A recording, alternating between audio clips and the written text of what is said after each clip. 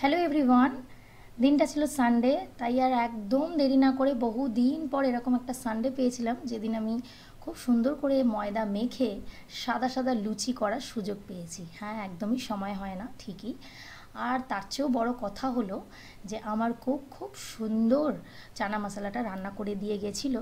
তাই আর একটুও দেরি না করে ঝটপট ময়দা মেখে সাদা সাদা লুচি করেই ফেললাম। তারপর আর কি, একটা সুন্দর প্লেটে সাদা সাদা লুচিগুলো সার্ভ করলাম, তার সাথে কষা কষা চানা মশলা। কালারটা দেখেই তোমরা বুঝতে পারছো যে কতটা ইয়ামি হয়েছে। সত্যি খুব সুন্দর রান্না করে গেছিলো। আর তার সাথে আমি একটু সঙ্গে রেখেছিলাম বোঁদে।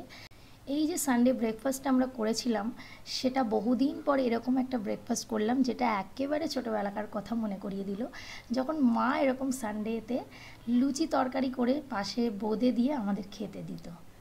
তো তোমাদের পুরো ভিডিওটা কেমন লাগলো অবশ্যই জানাতে ভুলো না। Thank you.